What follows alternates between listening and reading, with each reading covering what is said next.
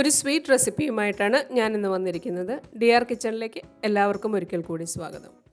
അതിനായിട്ട് ഒരു teaspoon gelatin ഒരു 1/4 കപ്പ് വെള്ളത്തിൽ ഞാൻ കുതിരാനായിട്ട് വെച്ചിരുന്നു. ഒരു 10 മിനിറ്റ് വെച്ചാൽ മതി.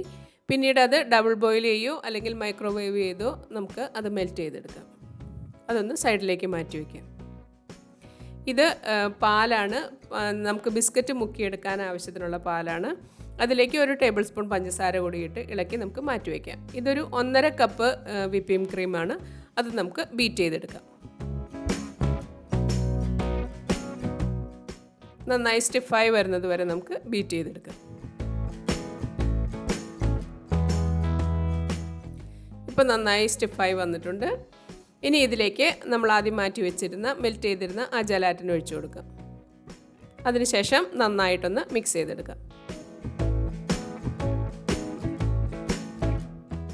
അപ്പോൾ നന്നായി മിക്സ് ചെയ്തെടുത്തിട്ടുണ്ട്. ഇനി നമുക്ക് ഇത് ഓറിയോ ബിസ്ക്കറ്റാണ്.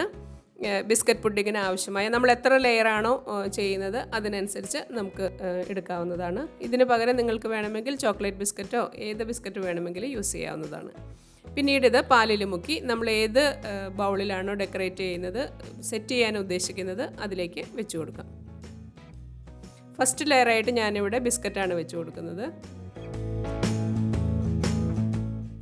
ഇനി ഇതിന് മുകളിലായിട്ട് വിപ്പിംഗ് ക്രീം തേച്ച് കൊടുക്കാം. വളരെ ടേസ്റ്റി ആയിട്ടുള്ളൊരു പുഡിങ്ങാണിത്.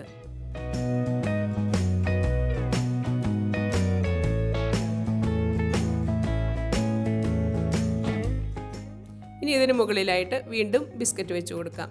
ഈ രീതിയിൽ നിങ്ങളുടെ കയ്യിലുള്ള വിപ്പിംഗ് ക്രീമിൻ്റെയും ബിസ്ക്കറ്റിൻ്റെയും ലഭ്യത അനുസരിച്ച് എത്ര ലെയർ വേണമെങ്കിലും നമുക്ക് വെച്ച് കൊടുക്കാവുന്നതാണ്. അതിന് മുകളിലായിട്ട് വീണ്ടും വിപ്പിംഗ് ക്രീം വെച്ച് കൊടുത്ത് നമുക്കൊന്ന് ലെവൽ ചെയ്തെടുക്കാം. ഞാനിവിടെ 2 ലെയറാണ് ചെയ്യുന്നത്. ഇനി അതിന് മുകളിൽ അല്പം ഓറിയോ ബിസ്ക്കറ്റ് പൊടിച്ചത് ഒന്ന് ഇട്ട് കൊടുത്ത് നമുക്കൊന്ന് ഡെക്കറേറ്റ് ചെയ്തെടുക്കാം. വളരെ എളുപ്പത്തിൽ ചെയ്യാൻ പറ്റുന്ന ഒരു പുഡിങ്ങാണ്. എന്നാൽ നല്ല ടേസ്റ്റിയുമാണ് ഈ പുഡിങ്. നിങ്ങൾക്ക് ഈ വീഡിയോ ഇഷ്ടമാവുകയാണെങ്കിൽ ലൈക്ക് ചെയ്യുകയും ഷെയർ ചെയ്യുകയും നിങ്ങളുടെ ഫീഡ്ബാക്ക് കമൻറ്റിലൂടെ അറിയിക്കുകയും ചെയ്യുക. ചാനൽ ഇഷ്ടമായാൽ സബ്സ്ക്രൈബ് ചെയ്യുക. ഞാൻ ഈ പുഡിങ് ഒരു 2 മണിക്കൂർ മിനിമം നമ്മൾ ഫ്രിഡ്ജിൽ വെച്ചാലാണ് അതൊന്ന് നന്നായി സെറ്റായി വരിക.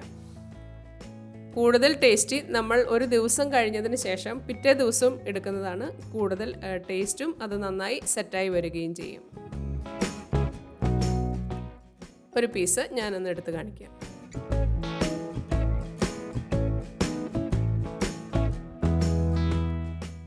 ഈ രീതിയിലാണ് നമ്മുടെ പുഡിങ് കിട്ടുക.